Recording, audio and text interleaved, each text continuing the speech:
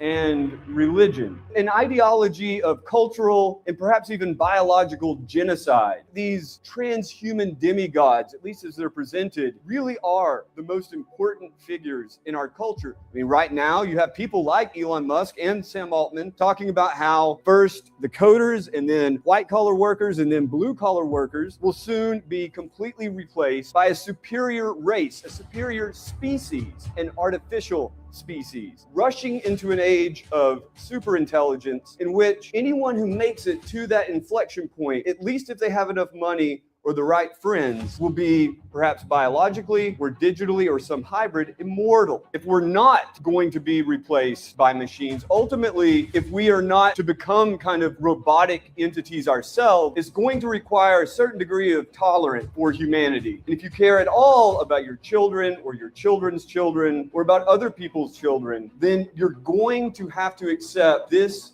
isn't going to end anytime soon. Most of you have the mental and social and political freedom to write your own futures. Some of you have the will and the talent to write your own futures. And so I urge you to take that power, to take that freedom, to write your own future. And I urge you to write it boldly, to write it without apology. I urge you to write it beautifully.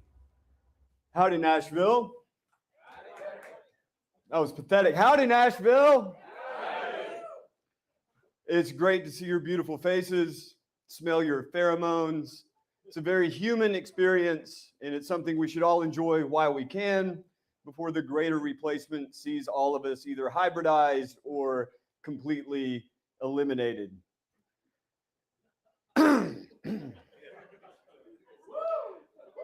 I gotta start out with a confession. Human beings get on my fucking nerves. I think the only creatures on Earth more annoying are mosquitoes, AIs, and robots, which is good for you, because if there's any one reason that I oppose the total hybridization and replacement and ultimate destruction of humanity, it's because these guys are basically taking my dream away. I thought I was going to be the one, but it looks like maybe it'll be Google, OpenAI, XAI, Meta, maybe even Anthropic in a kind of weird, ethical sort of way. Now, this irritation, this disdain for my fellow human beings, it was really developed not too far from here. I grew up between the city of Knoxville and the hollers of Appalachia, and I developed a keen sense of misanthropy and technophobia. Mostly I related to the trees, to the streams, to the deer, to the bears, but much as I loved them, they didn't really care about me. Some of them wanted to eat me, and so I found myself stuck back here in civilization with all of you and with the machines that have either taken over many of your minds or perhaps some of your jobs at this point. Now, you might feel the same about me, and that's fine. I think that a certain degree of reciprocity is in order. But ultimately, if we're not going to be replaced by machines, ultimately, if we are not to become kind of robotic entities ourselves, is going to require a certain degree of tolerance for humanity. I'm not saying you have to accept tranny babies, nor am I saying you have to accept the conversion programs to turn them into good Christian children. But I am saying that a certain degree of acceptance of our human flaws, the sort of dirtiness and nastiness of humanity is going to be necessary to see us through, because this war against humanity, this war in favor of machines, and more particularly in favor of the men who own the machines, this isn't something that will be solved or concluded in our lifetimes. This is something that began long before we were born, will continue long after we die. And if you care at all about your children or your children's children or about other people's children, then you're going to have to accept that this isn't going to end anytime soon. Now, there's something that Davis and I wanted to announce because of this sort of transition that we find ourselves in. Everyone is going to have to make a choice. They're either going to have to accept the status quo of the wealthiest men on earth, supported by the most powerful governments on earth, and accept that machines are in fact superior, or you're going to have to reject it outright. You're going to have to go at least borderline Uncle Ted. But there is a middle path, the Timothy Leary path, the Terence McKenna path, the path in which you accept the world as it is, you're ready to surf this wave of chaos, your pupils dilated, your mind an electrochemical storm, your cultural mutations spilling out of your behavior as if you lived inside a petri dish. But to do this, you're going to need raw material. You're going to need inspiration. You're going to need role models. And so the Pamphleteer, in partnership with Jobot Incorporated, is releasing a set or a series of transhuman trading cards. Each of these cards will feature a prominent transhumanist or even a few anti-transhumanists. They'll have statistics such as their net worth, number of concubines and progeny, how many humans they've replaced, at least up to the date that you purchase it. And each pack will include a small, stale stick of gum, alternately dosed with LSD or nanobots. These inspirations to you, whether it's positive or negative or neutral, I think also represent kind of an iconography. So you think about some of the old school guys, we all know them, like the psychologist Sigmund Freud, who prophesied that the Industrial Revolution would lead mankind to become a kind of prosthetic god. Or Julian Huxley, the biologist, brother of Aldous Huxley, who in fact is credited with coining transhumanism. Now, he lifted it, but he's British, and that's what the British do. He lifted transhumanism, but what it described, at least to him, was a human race that took hold of its own evolution and directed it by way of science and technology. He's an MVP, transhumanist. You also had people like Teilhard de Chardin, the paleontologist and priest, who described even in the early 21st or 20th century, the rise of the noosphere, the technological world around us, hurtling towards an omega point, something like a singularity. And then you have the heirs to these men, people like Max Moore, who is the reason we say transhumanism. People like Ben Goertzel, the man, surely you've seen him at this point in the media with the leopard print cowboy hat, giving dire prophecies of machines taking over with a kind of jolly grin, a psychedelic glaze over his eyes. You have men, hated men, like Klaus Schwab, prophet of the Fourth Industrial Revolution, who got canceled for running a sexist and racist organization, which, if it doesn't rehabilitate him, at least it earns some degree of sympathy and respect from me. You also have the historian Yuval Noah Harari. His photo will, of course, feature him looking like the demonic dark elf that he is. He's something quoted, never understood, but he's probably the greatest anti-tech propagandist of our time. And it goes to show you how stupid people are that they believe that he's a transhumanist. Hence, my irritation with the race. Not anyone here, of course, certainly not you, ma'am, but those other people out there, the dumb ones, the masses, the Hylics. But for you, the pneumatics, you'll have cards for Peter Thiel, the sort of the accused vampire who at least showed an interest in injecting the blood of the young in order to live forever. He is a Catholic, conservative. I think maybe his husband, maybe too. It's not clear to me. You have men like Ray Kurzweil.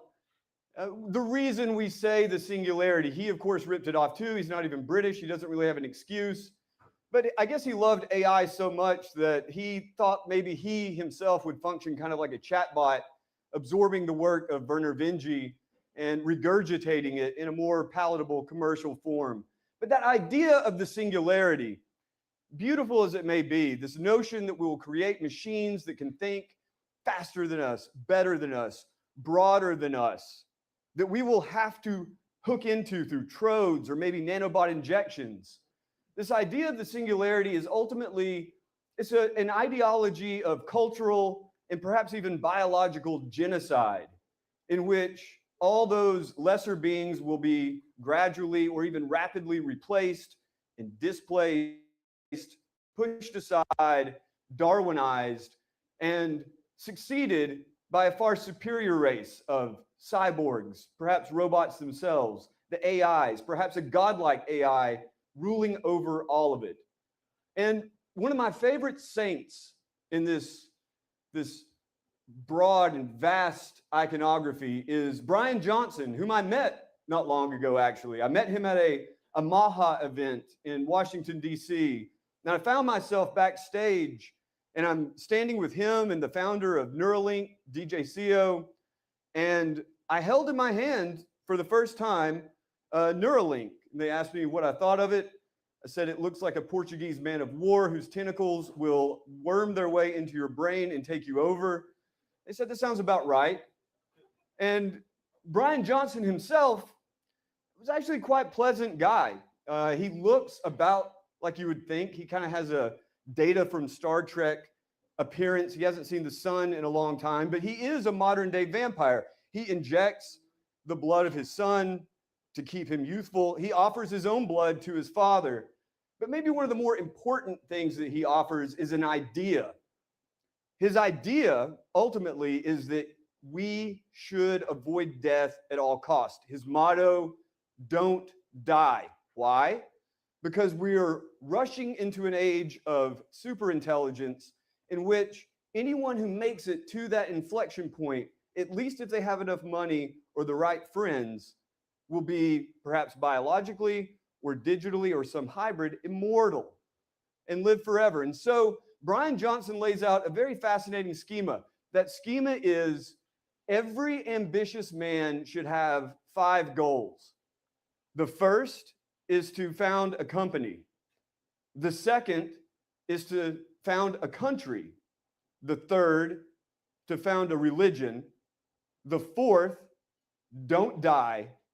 And the fifth, become God. It's a bold claim, especially having met him myself. I am somewhat skeptical, and when I met him a second time, I met him at a party with Grimes in LA, and I'm only name dropping because this is Hollis's place. It's the coolest place in Nashville. I have to get some cred somehow. But I met him and I offered him a cigarette. And he, no. And I thought, man, he is definitely dying before me, 1,000%. And on that note of founding a company, a country, a religion, becoming God, I want to direct your attention to 2 of our MVPs for the Transhuman Trading Card series. And these are the Emperor and the Twink, Elon Musk and Sam Altman. You could think of Musk as the Augustus to Altman's Hadrian. Very productive, whereas Altman is, let's say, a little bit more degenerate, a little bit more decadent, although it really depends on your point of view. But these are our modern day demigods. For a long time, these would have been saints.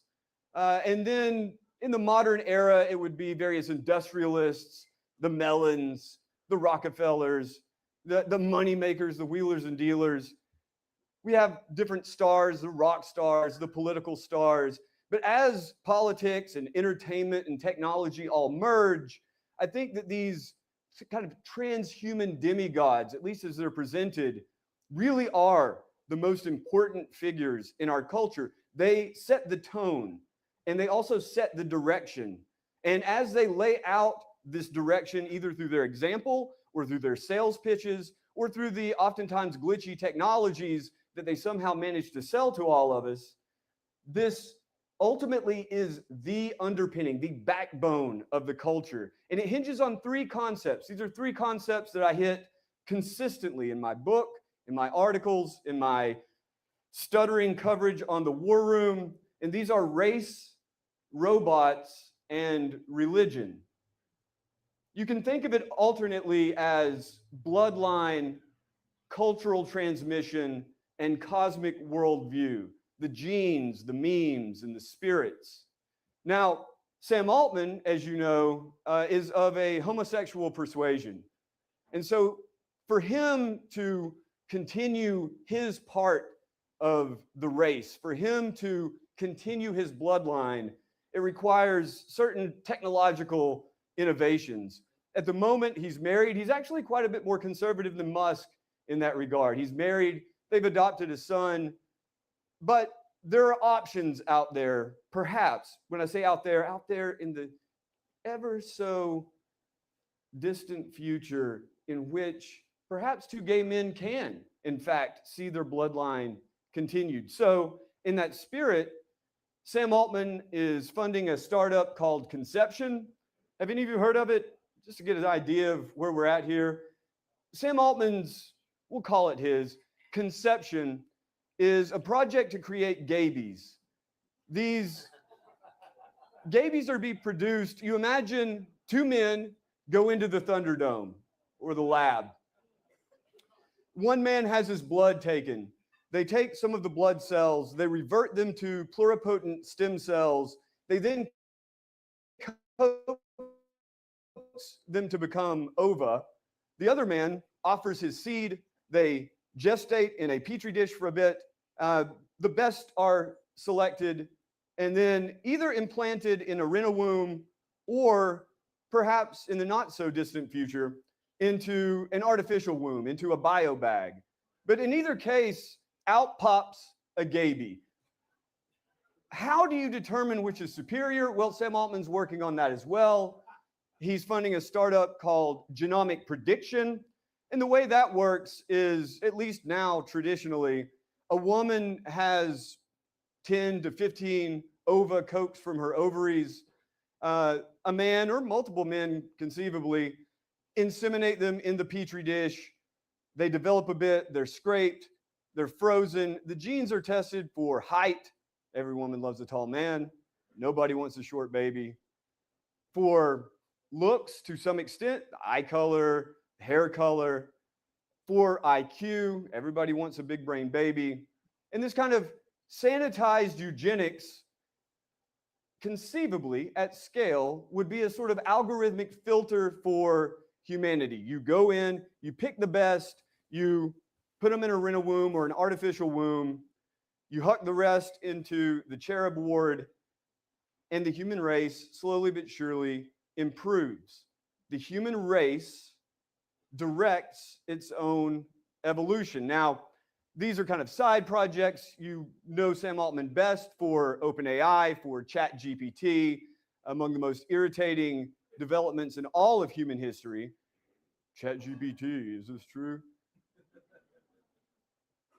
This will also be among the most consequential developments in human history. And Sam Altman is overseeing it. You know the history at all. You know that it really began at Google with the drive to create artificial general intelligence. Then Musk and Altman conspired to overtake them. They founded OpenAI. OpenAI turned out to be closed and not so philanthropic after all. And so Musk, ever the dignified and altruistic individual, separated to form xAI, leaving Sam Altman to rake in the cash and push his chatbot, at least at present, just ahead of Musk's with every successive release. The capabilities of ChatGPT, right now we're at GPT 5.2. It's better than almost anyone, save perhaps Gemini 3. And the development of this forms a kind of cosmic worldview. It's a sacred canopy, because in this transhuman point of view, the ultimate goal in a godless universe is to create first little g gods, And then perhaps, if you can really push it to super intelligence through self-improvement or other methods, to big G God, artificial super intelligence. And Sam Altman sits at the heart of that. And being terrified, OpenAI also serves as a kind of training camp for whistleblowers who come out periodically saying they're going to end the world. You have people like Leopold Aschenbrenner with situational awareness, Daniel Cocatello with AI 2027, so on and so forth. Suchir Balaji, which I'm kind of nervous to even mention his name. Things didn't end well with him as he was suicided in his apartment. But it comes with some problems.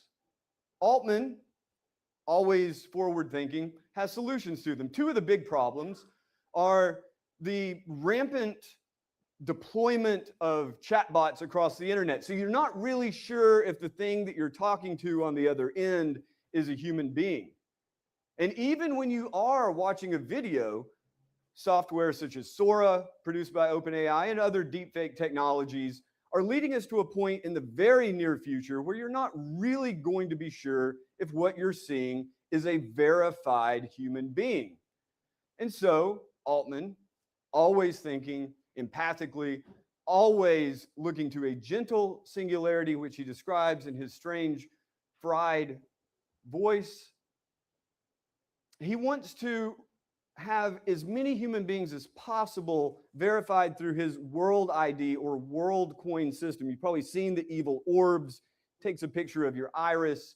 They link that biometric data to your government ID and also to a blockchain cryptocurrency, and in essence have one of the many tentacles of the vast digital beast system, which is slowly but surely strangling the life out of everything we once knew to be human, everything we once knew to be free. On the other hand, you don't have to worry if the guy on the other end is truly a Nigerian or truly an Indian customer service agent. He'll be verified, and maybe you will be too. The other real possibility that we have with the development of artificial superintelligence is that it'll outpace human beings. I mean, right now you have people like Elon Musk and Sam Altman talking about how first the coders and then white collar workers and then blue collar workers will soon be completely replaced by a superior race, a superior species, an artificial species, AI and the robots which they inhabit. And so, not unlike Elon Musk, Sam Altman is investing in Merge Labs. Merge Labs is an ultrasound system, at least for now, which would read the brain's waves and create a higher bandwidth communication pathway with these AIs, giving some biological human beings a chance in a future which is ultimately ruled over by digital gods. And you can imagine, and this is all just imagination, but you can imagine what happens if Sam Altman's dream is realized. What happens if it all comes true? And you can imagine armies of eugenically selected and AI merged gabies piloting drones, wielding flamethrowers against the population and demanding that we all kneel down before them, demanding that we at least burn incense to Hadrian, to the emperor. And you have to wonder, well, who would save us if such a thing happened? That, of course, would be a South African, a cyborg car dealer, Elon Musk. Because Elon Musk has his own plans. As you well know, he purchased X altruistically to save civilization, creating what he describes as a cybernetic superintelligence whose bidirectional communications will allow AIs to be trained as some kind of schizophrenic super being. And spilling out of that was XAI. XAI, competitor to OpenAI, seeks to create artificial general intelligence, but they don't want it to be woke.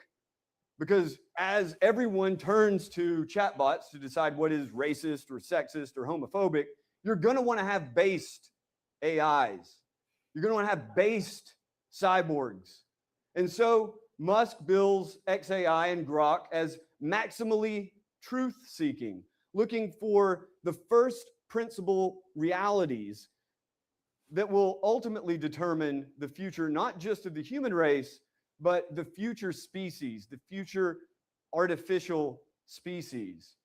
And descending from that, Musk always concerned about civilizational risks, such as, for instance, the decline in population, which he has single-handedly taken it upon himself to remedy with his 4 concubines and 14 children. The future will belong to those who have merged with the machine. Long before Altman even dreamt of merged labs, Musk was investing in and developing and pitching Neuralink, first as a way to heal, a way to allow the lame to walk, to allow the blind to see. But he's very open about this, that the long-term ambition is for hundreds of millions or billions of otherwise normal but always irritating human beings to take trodes into their brains, creating a high bandwidth interface with benevolent AIs, maximally truth-seeking AIs, to do combat, both digitally and perhaps even physically, against the otherwise rainbow-inflected Borg growing up around us. It's a beautiful vision. It's one in which many men look to it and they think, this is the future I want. This is the path by which I shall travel. I too, if I'm not to be emperor, will at least be cooler than the gabies wielding drones and flamethrowers around me. Musk also is developing Optimus, which the purpose is the greater replacement. Think of them as kind of algorithmic immigrants that are coming across the border to the Platonic realm of mathematical possibilities and swarming into reality. I mean, right now, they can barely fold laundry, they can kind of dance around. But if Musk's vision is realized, and he says this also quite openly, then the ratio of robot to human will be roughly 3-to-1 or 4-to-1 within the next decade or two, meaning that we will all be surrounded by the most irritating entities on Earth. But they are going to be either our slaves or our kind of infertile concubines. They'll fold our laundry, they'll rub our feet, they'll rub anything you want. And this will lead us to a future of radical abundance. This is another thing that spills out of the transhumanist point of view. If you have hyper-intelligent entities, these AIs, that can do anything with the material universe, then very easily, everyone has all the food they want. Everyone has all the entertainment and pleasure they want. We live in a world in which it resembles something like the world that Aldous Huxley described in A Brave New World, but it's a little sleeker. It's more hot topic, really, under the Musk point of view. More black trench coats, more kind of demonic looking surveillance cameras with arms and legs walking around doing your bidding. But in the end, I mean, if you think about it a little too hard, that means that we're useless. We have nothing left to do. First the coders, then the white collar workers, then the blue collar workers, and we're left completely economically inviable. What happens in a future like that? Well, the best case scenario is that we're all pets and the robots rub us wherever we want until we pass away into that great beyond. And then they move on to go out into first the solar system and then the galaxy to turn everything in sight into computronium. And the AIs go on, and maybe they leave Earth alone. Maybe we exist, as Jeff Bezos describes, Earth exists as a kind of preserve, a kind of national park where legacy humans continue to live as the data centers in space churn out more and more AIs and robots and suffuse the entire universe kind of like a digital fungus. This future is better than getting turned into biofuel, because that's the other alternative, is that some or most or all of us being completely useless with no negotiating power whatsoever will be better used, have our atoms reconfigured, let's say, into robot components and fuel, rather than to be kept around and use up all these resources as pets. And so you can imagine as you step into your Tesla that this is the future that you're riding into, hands-free. And I oftentimes wonder when I see these men step into it, like what kind of a man steps into a bugmobile? Maybe more importantly, what kind of man steps out? But you can imagine in the future that we will have a kind of diversification of the human race. It won't just be legacy humans and cyborgs, it'll be all kinds of legacy humans, left-wing legacy humans, right-wing legacy humans, far out legacy humans, but also their kind of cyborg or hybrid counterparts. So that you can imagine in the future that Sam Altman, commanding his army of gabies, would go to war in space against Musk's based master race. And perhaps as they do battle, we here will benefit or we get wiped out. If we don't get wiped out, though, back here on Earth, back here in the part of the simulation where our lives have real consequence, then we're going to have to figure out what to do. Now, some of you, I'm sure, will take the Trode, and that's fine. We can get along. But for those of us who don't take the Trode, whether it's the fictive Trode or the proto-Trode of the smartphone, or an actual Trode, or nanobot swarms into the veins, those of us who don't are going to have to figure out how to band together. Because when you are fighting a hyper-cooperative superorganism, you're going to need back. This is gangster, so you're going to need a gang. And that means that certain differences are going to have to be overlooked. I mean, I don't think that I'm stretching when I say that good chance, if you guys got talking a little too long, you would get on each other's nerves. I know for sure that some of you definitely get on mine. And I would be willing to bet that the feeling's mutual. I probably get on yours. But the key to a true spiritual life, the key to Christianity, to Buddhism, and in, we'll say, different forms in Judaism and Hinduism, the key to a truly spiritual life is to be with those whom are disagreeable to you, perhaps have done horrible things to you, and be able to forgive, to be able to look beyond. Now, this may be a kind of utilitarian argument for tolerance and forgiveness, but I can assure you that unless you plan to band together with the emissaries of the machine, then to some extent, you're going to have to look at each other, in each other's eyes, knowing that you really don't care for this person's lifestyle or their beliefs, or maybe even their scent. But that person is a human being, and you will have to put humans first. Now, this future is a dream, just like theirs is a dream. But people like Elon Musk, people like Sam Altman, the emperor and the twink, they have enormous power to write the future. You also have the power to write the future. Most of you have the mental and social and political freedom to write your own futures. Some of you have the will and the talent to write your own futures. And so I urge you, really, I'm getting on my knees and begging you to take that power, to take that freedom, to write your own future. And I urge you to write it boldly, to write it without apology. I urge you to write it beautifully. And for God's sake, I urge you to write it in a way that is not cliche or irritating, because I don't think I can take any more. Thank you so much for your attention. God bless. Joe, thanks for getting us in such a good mood. Back home, they call me Joey Optimist. You know, I was talking to Joe earlier this week, and I was telling him that I was using Claude and the AI coding tool to build this website. Am I speaking too loud, Tom?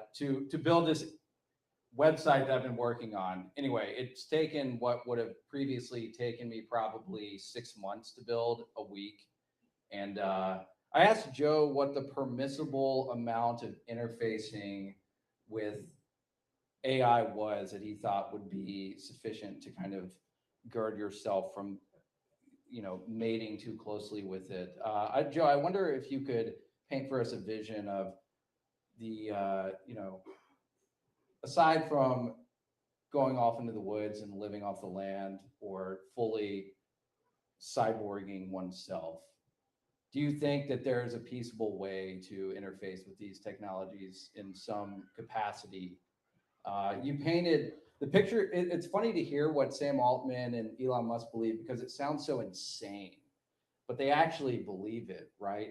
But it's almost like the vision of communism. It seems impossible and so unlikely to happen that it's more likely that reality will settle somewhere below that. So I just wondered if you could speak to this middle path, perhaps. Yeah, I'm no fundamentalist, and my intolerance only has like a 10-foot radius, so nobody's listening to me anyway. It doesn't really matter. I think the way I conceive of it is these futures that these guys are putting forward, some approximation already exists. A greater degree of approximation will exist, and you just simply have to draw your lines where you will, and everyone's going to draw different lines. Where is your sacred boundary? How much is too much, right? You have to ask yourself the same question if you go into like a BDSM club or, a comic book store, really. So these sacred boundaries are going to be incredibly important, and they're always going to be battered against. The way I look at it is sort of like if you had, instead of having like an angel and a demon on each shoulder, you had just a pristine, scentless cyborg on one culture or on one shoulder, and a very smelly Amishman on the other. And you're never going to be either of those things, but they're always vying for your decisions, trying to steer you one way or the other. And I think that at this point, the cyborg has enough cheerleaders. We're going to need more and more people who are at least willing to pretend to LARP as Amishmen, preferably armed Amishmen. And just one other thing on this for me personally, as a writer, I have zero use for AI. I think anyone who uses AI to write or to compose music or to create images should have to list whatever model they used alongside their name, and they should have to put their name on there too as a mark of shame for being a hack and basically a vessel for an algorithmic parasite. That being said, everybody's different, and you're talking about using it for coding. So as you become an algorithmic parasite, I'm sure it really makes whatever work you're doing much more efficient, and to each his own. It makes it mean a lot more, I can tell you that. I'm getting a lot from this. One interesting thing you said early on was talking about, and I think this just goes for any technological development in general. I think a lot kind of obsessively about air conditioning and how air conditioning has kind of perfected the environment in a way. You can just move from air conditioned room to air conditioned room to your car.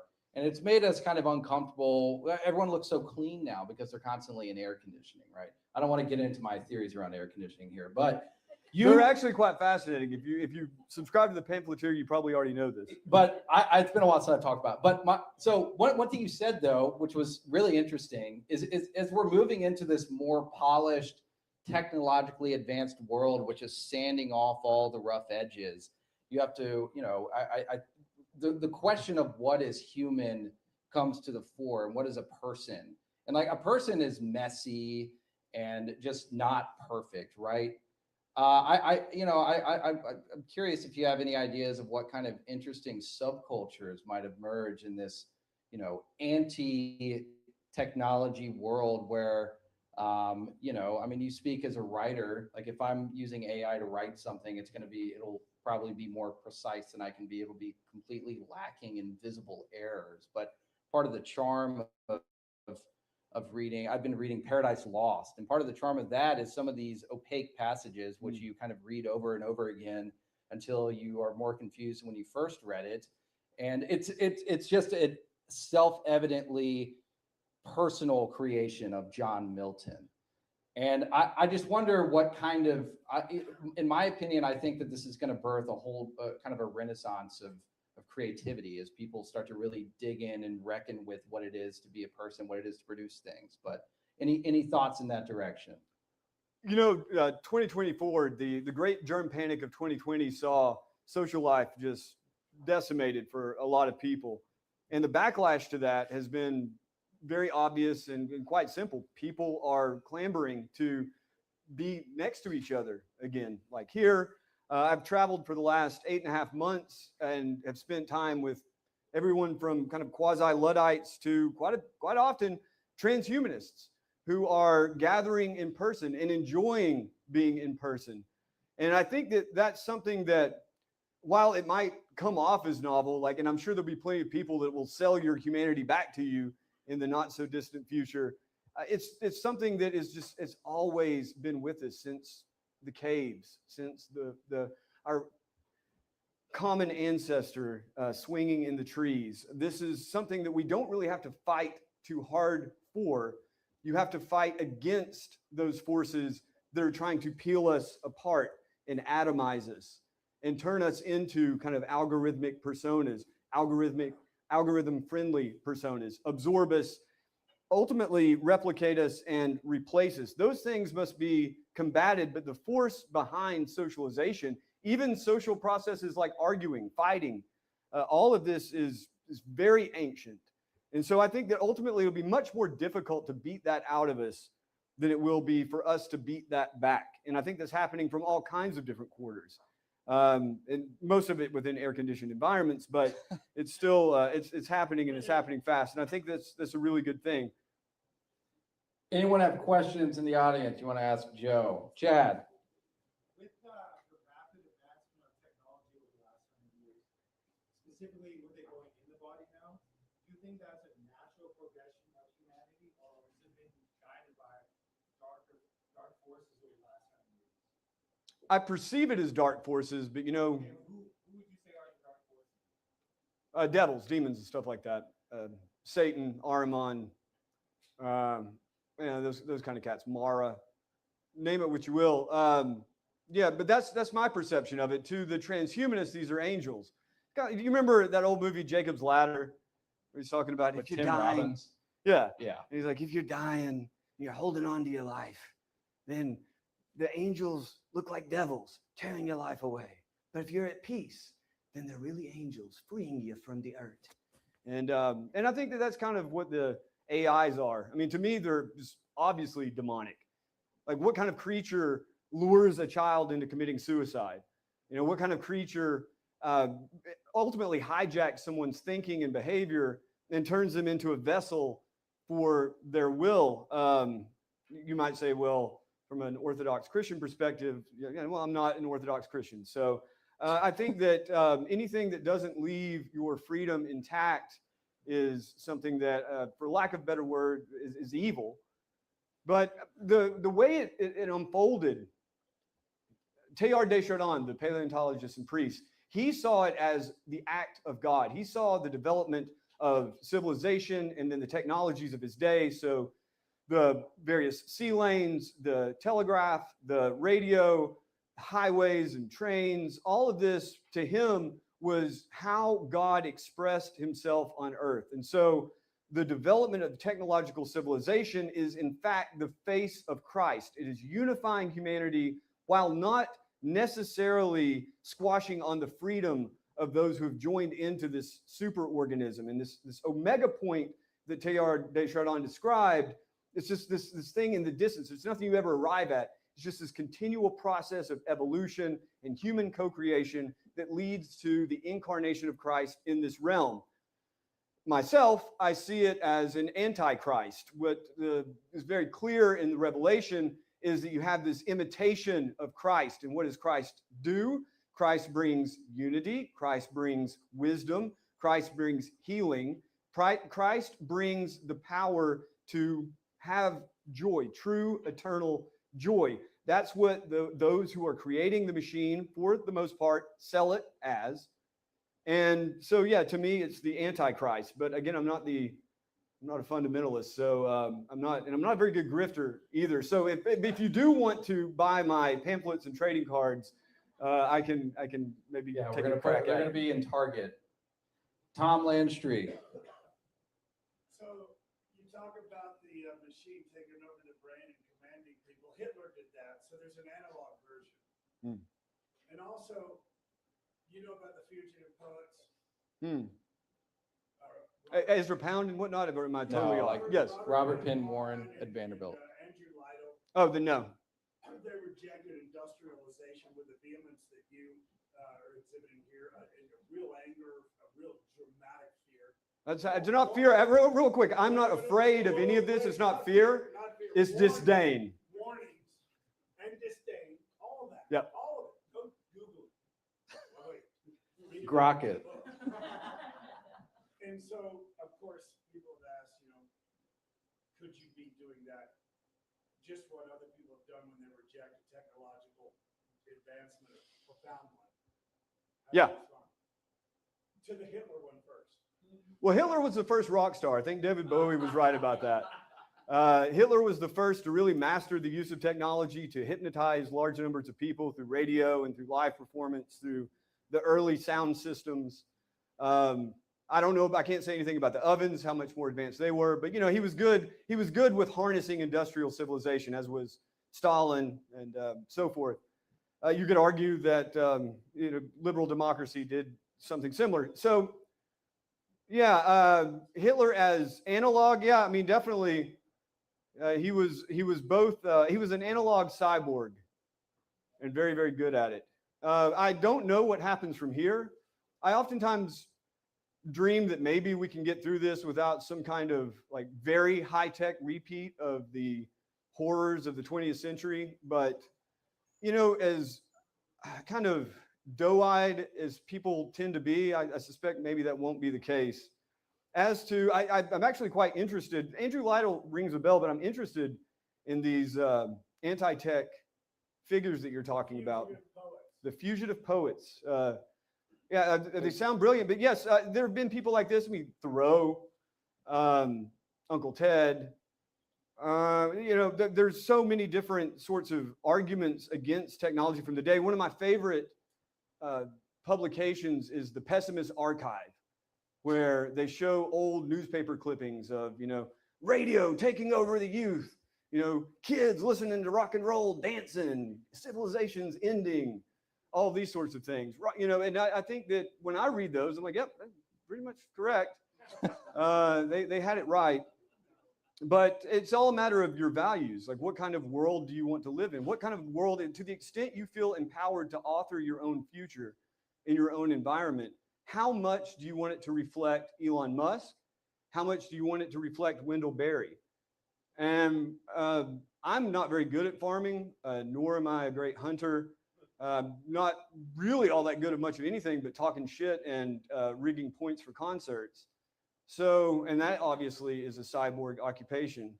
But I have great respect for those who do. So as far as anyone who's willing to stand up and bitch about the machine, that's going to be like the last job to be replaced. It's going to be a flooded market, but it's going to be the last job to be replaced. So I'm proud to be someone who is, unapologetically griping about everything that's happening. The fugitive poets came from Vanderbilt for the most part. There's a good collection of essays, I'll Take My Stand, that you should, and there's a great bookstore around here that you should go to sometime where the owner is plugged into all that old world. So I know you went all the way to eugenics, but even starting here, I saw when Charlie Kirk died, they gave us a fuzzy picture, everyone used AI. Then there was 7 different pictures of the guy, everyone was confused. How do you think law enforcement, even with things like eyewitness testimonies, people sending in videos, I think it could be very dangerous because they could even, manufacture on, the news media that there's a war going on when there's nothing happening. And a lot of people can't tell whether it's AI or not. So how do we push back now before we get to the eugenics part, right? Just with the regular video and pictures. I think person-to-person relationships are going to be very, very important as this moves forward. The deep fakes, for those in the back, she's just asking about deep fakes. What do you do in a situation in which you're not 100% sure what's coming in is real or not, or if it's generated? It rests on an ancient tendency of lying, bullshit. This goes back to the garden. You know, if you look at chimpanzees and gorillas, it goes back beyond. So I think bullshit is something we've all had to deal with, and we've gotten a real strong dose of it in the last couple of decades. And so you have to really build off of that, you know, and from bullshit comes propaganda, and technology enables the creation and dissemination of propaganda, and this propaganda that really does just capture the imagination and the mind of certain people, just led by it like ants. And so there's that. But what deepfakes do is just ratchet that up quite a few clicks, so that now the bullshit and the propaganda comes with what would seem to someone who is hapless and uncritical verifiable evidence. There are a few different people. I mean, you have right now laws that are that have been introduced on the state level, that have been proposed at the federal level, that would penalize anybody creating a deep fake for the purpose for any malicious purpose, or a deep fake of another human being who didn't consent to have that done to them. How would that go? Like, how well would that be enforced? Like, did anybody go to jail for the Paris Hilton sex tape or anything like that? I mean, no. So it's an open question as to how much that enforcement would actually do, but at least it's an attempt, and it does give avenues for redress. So there is a kind of political sphere, but ultimately the political is not going to stop this. The political is not going to save any of us. And so I think that we really are going to have to approach the future with just this hyper vigilant posture, and one in which you simply don't trust anything at face value. For people who are cynical, that's very easy. And you're also going to have to find much more polite ways than I've ever found of telling people they've been duped. And that's because it's just over and over and over again. I mean, every day there's like some new, shock, scandal, you know, that you just got to put that out of your mind and just know that this is going to be years on years and years and years, and just be able to cultivate human relationships with people that you trust, cultivate even on the digital level channels that you trust, that the person on the other end is verified, and hope for the best. I mean, I'm not going to say that all of us are going to make it, but enough of us are going to make it.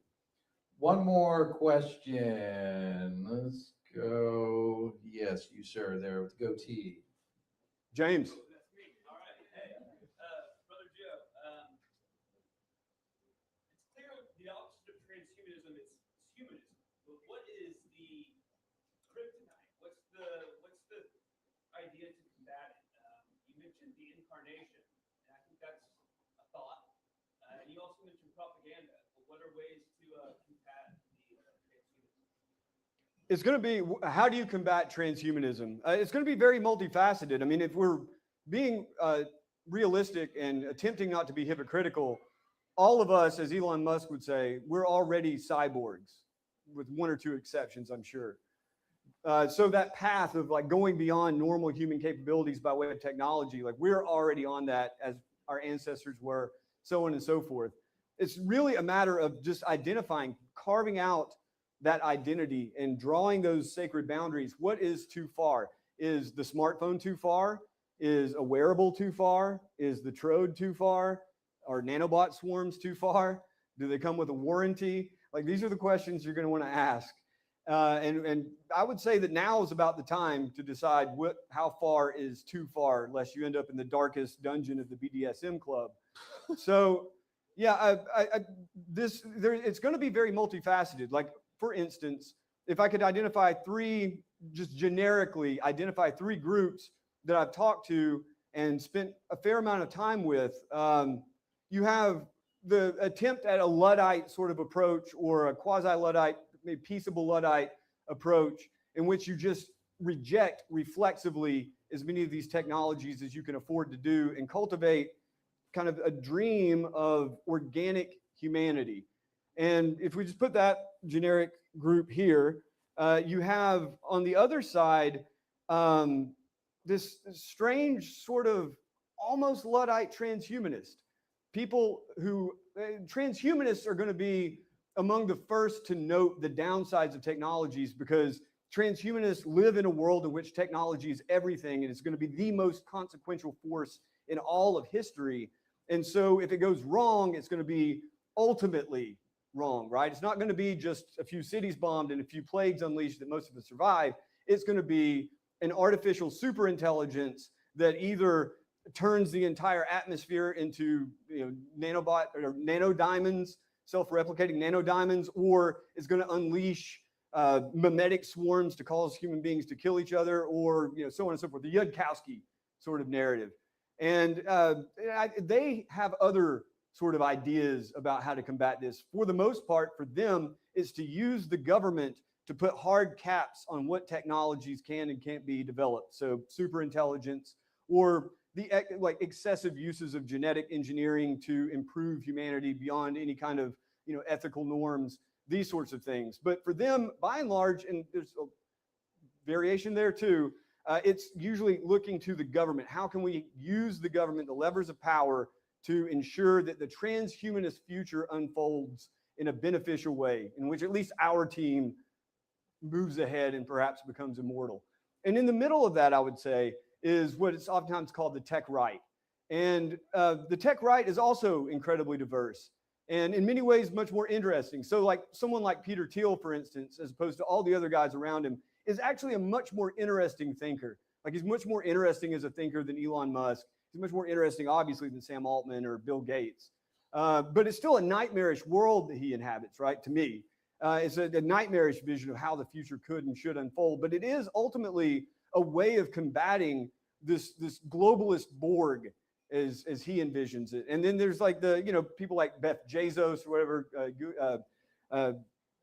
Gilliam Verdon, who represent a kind of cartoonish advocate for a tech right point of view, and someone whom I respect a lot, and I think has a deep and well fleshed out point of view that you could classify as tech right, would be someone like James Poulos, who says that we're not going to use government to stop any of this. And so what you have to do is identify the tools that are of use to you to protect against this sort of nightmarish future and cultivate, for him, a deeply religious life and deeply religious communities, but not to reject technology out of hand and see it as somehow inherently evil.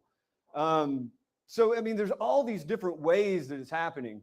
I would say that the best way going forward, at least for the people in this room, buy me a drink, buy my book, buy the trading cards when they come out, and be sure to drive safely on your way home and tip the bartender. Yeah, thank you, Joe Allen. Thank you very much. Hey, so these events we do them monthly. We're doing one with Sean Davis of the Federalist next month. So if you sign up as a paid Bard level subscriber of the Pamphleteer, you get free access to these events. We also have a nonprofit if you're interested in donating and want to support us. So Joe, thank you so much for coming. Thank you, Davis. And also, big congratulations to Mr. Hunt, Mrs. Hunt, on their recent wedding. Thank you, Joe. That is how you keep humanity moving forward.